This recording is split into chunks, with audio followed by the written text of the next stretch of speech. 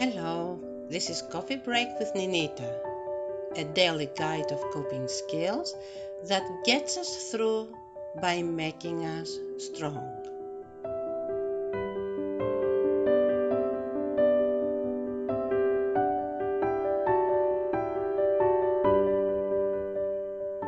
This new tool I'm going to introduce to you today, I call standing at the doorway, or for short, the doorway.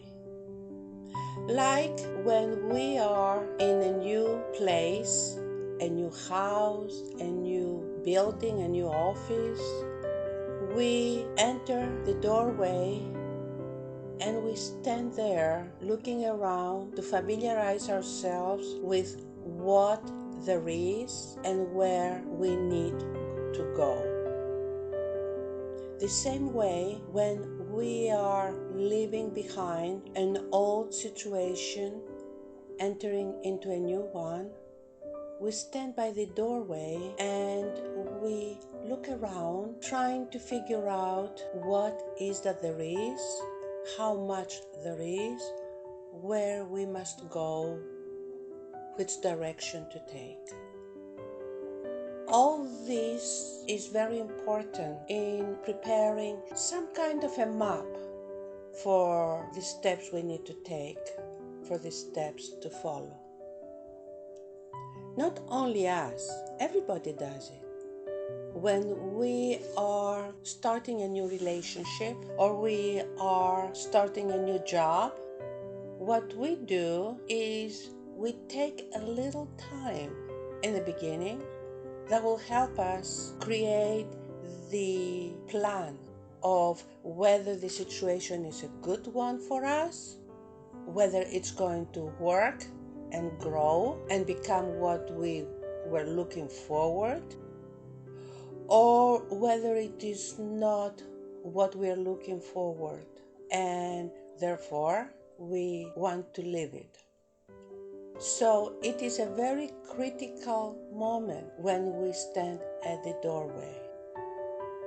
And we don't want to rush into it because we might lose this opportunity, we might miss this opportunity of gathering whatever information we can in the beginning and find ourselves disappointed because by rushing into it, we assumed or projected our own desires and needs of what we wanted to see happen, and they don't.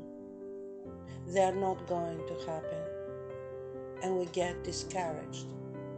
And we find the people involved or the person involved not behaving the way we thought are going to. This is why the doorway is so important. The first experience we get from people is mixed with the excitement and the desire for making it work. This is the first feelings, is what gets us into the doorway. But at the doorway, we need to pause a little bit, not for too long, because that also is bad. But we want to pause before we come in. There are going to be challenges, for sure, after we come in. And that's not bad. If we have this time at first to feel the differences that exist, the details, as much as we can, that are inside this new life experience. There are going to be differences. The people we get involved with very often are not the way we see them at first. They don't stay the same. We are all in our best behaviors when we are excited, when we want to be with each other. And after a while, we start experiencing our own personal challenges that affect the people around us. So when we are at the doorway for a little bit, we're given the opportunity to gather our own issues, how they impact the other person, and the issues of the other person, how they impact us. And then, depending on how we feel and how we can cope with them, we move forward. There are people that rush into new experiences, get shocked, and rush back out because they have not given themselves a chance to adjust to the newness of being with somebody else. There are people that stand at the doorway forever. I just mentioned the two extremes. Whether it is me or somebody else that comes into a situation by following these two extremes, this behavior is going to hurt the future of the experience. In fact, it might make it fail even before it begins. Both rushing into a relationship or taking forever to enter a relationship is going to hurt, damage, and make it fail. While we are standing at the doorway, besides looking at all the beautiful things in the new situation, this is a great opportunity not to turn your eyes away from the challenges, from fear that the relationship might fail, the new experience might fail. No, that is not what is going to make the experience fail. What is going to make the experience fail is not overcoming the challenges, not recognizing, not seeing them. So while you're at the doorway, I want you to apply 5 things. First, hear and see. Hear what is going on and see what is going on. The things that you like and the things that you don't like. Gather them. Mentally, if not physically, write them down. Second, based on what you hear and see, feel the emotions that derive from what you hear and see. Trust those feelings.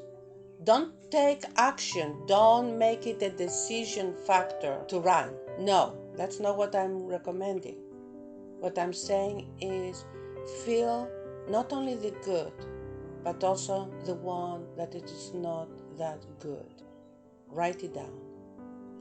The third thing I want you to do is talk about it. Talk about what you hear, what you see, what you feel.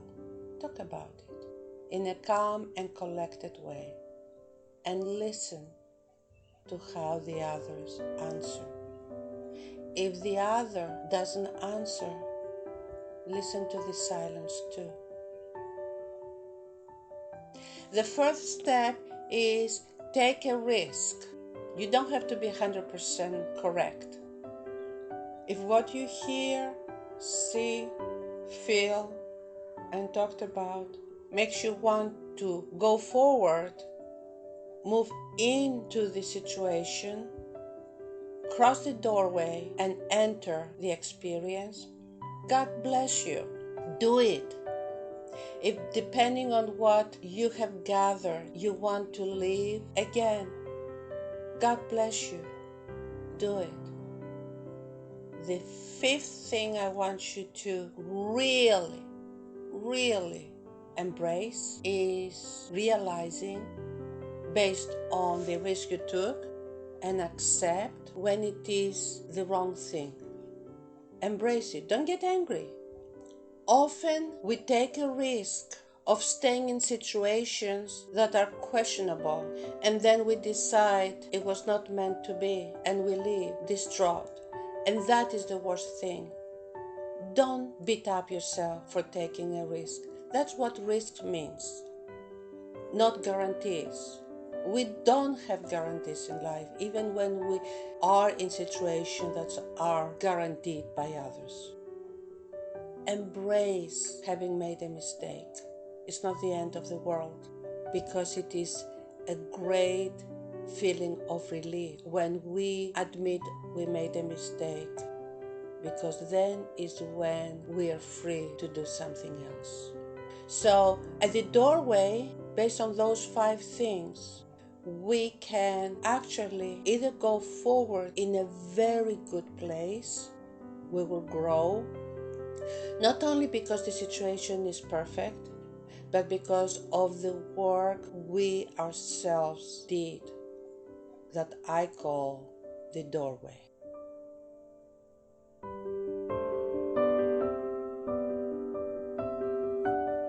Please leave your comments and suggestions on Facebook or email us on staywhole@gmail.com. Until tomorrow, stay well and God bless you.